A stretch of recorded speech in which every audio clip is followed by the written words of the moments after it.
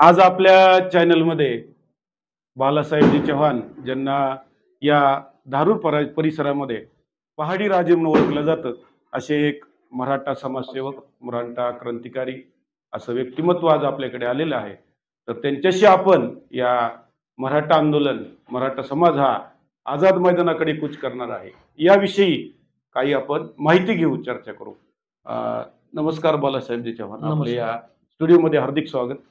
आपण 27 ऑगस्ट रोजी आझाद मैदानाकडे सर्व मराठा समाज आगेकूच करणार आहे आणि आपण एक मनोजदादा जरांगे पाटील यांच्या जवळचे व्यक्तिमत्व समजले जातात. आपण मराठा समाजाच्या प्रत्येक कार्यामध्ये धडाडीने सहभागी असतात.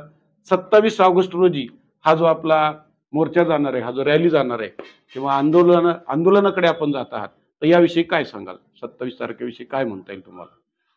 आता 27 तारखेला तर आपण मुंबईला जाणारच आहोत, पण त्या अगोदर त्या अनुषंगानं आपण एक इशारा बैठक ठेवली.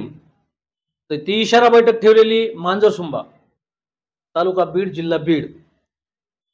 तर त्या दिवशी इशारा बैठक यासाठी ठेवली की आपण सरकारला इशारा देऊ इच्छितो की सरकारला आपण इशारा द्यानो तिथून, किंवा तुम्ही आज 24 तारीख आहे आणि आम्ही 27 तारखेला आंतरवली सराटीतून निघणार आहेत, मग त्यावर तुम्ही काय निर्णय घेतलाय का नाही घेतलाय, तुम्हाला आम्ही आजच इथून इशारा देत आहोत की तुम्ही जर कुठला निर्णय घेतला नसेल तर 27ला निघायच्या अगोदर तुम्ही तो निर्णय घ्या. यामुळे आम्ही तिथं मांजरसुंब्याला आपण तिथं बैठक ठेवलेली आहे. तर त्या बैठकीसाठी बरेच जिल्ह्यातून लोक येणार आहेत. बीड जिल्हा पूर्ण येणार आहे. परभणी असेल, नांदेड असेल, तुमचा धाराशिव असेल, परत इकडे खाली नांदेड असेल, इकडले पण लोक तिथे येणार आहेत.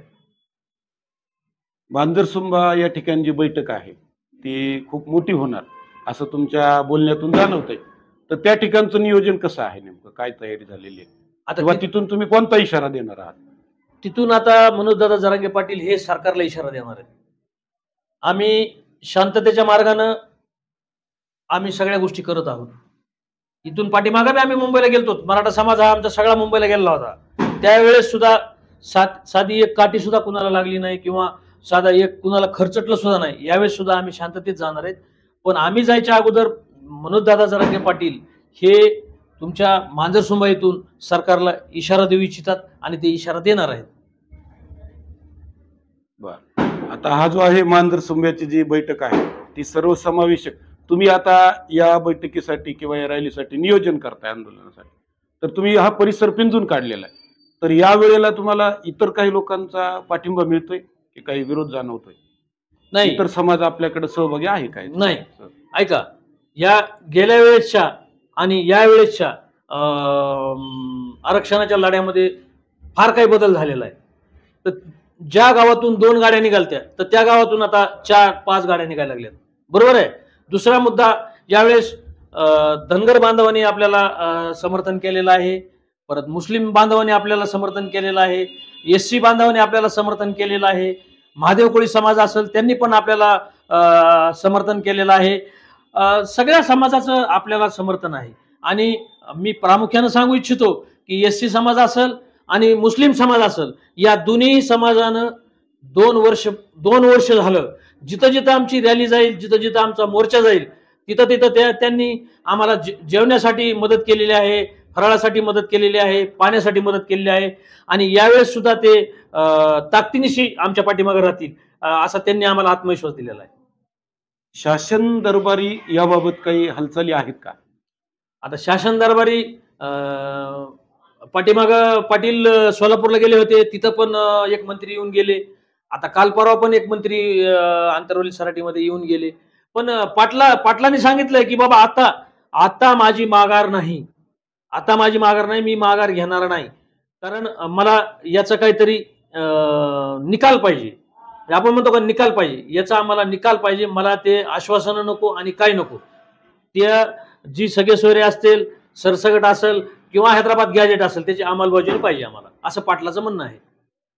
जर शासन दरबारी काही हालचाली झाल्या तर हा मोर्चा 27 तारखेला जाणारच की मध्ये काही त्यानंतर काही थांबवी होऊ शकते का? मनोजदादाचं मनोजदादा एक असं व्यक्तिमत्व आहे की त्यांच्या तोंडातून जर एखादा शब्द गेला तर तो कडीला लावल्याशिवाय ते थांबत नाही. त्याचं तुम्हाला उदाहरण सांगतो. ते म्हणले मी मुंबईला जाणार, मग ते मुंबईला 100% जाणार. तुम्ही आरक्षण दिलं तरी जाणार, तुम्ही नाही दिलं तरी जाणार.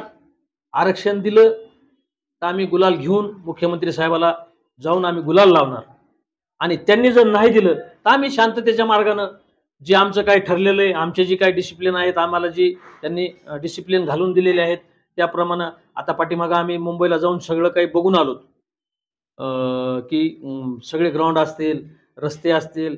आता तिथला जे आमचा समाज आहे, मराठा बांधव असतील, SC असतील, मुस्लिम समाज असेल, अदरचे सगळे समाज असतील, कोळी बांधव असतील, यांनी सगळ्यांनी आम्हाला गेल्या वेळेस पण सहकार्य केलं, यावेळेस पण सहकार्य करणार आहेत. तर तसं तुम्ही मला जी प्रश्न विचारला की आरक्षण दिल्यावर तुम्ही जाणार का, तर आम्ही आरक्षण दिलं तरी जाणार आणि नाही दिलं तरी जाणार. आरक्षण दिलं तर आम्ही त्यांना जाऊन गुलाल लावणार, नाही दिलं तर आमच्या शांततेच्या मार्गानं आम्ही तिथं जाऊन बसणार मुंबईमध्ये.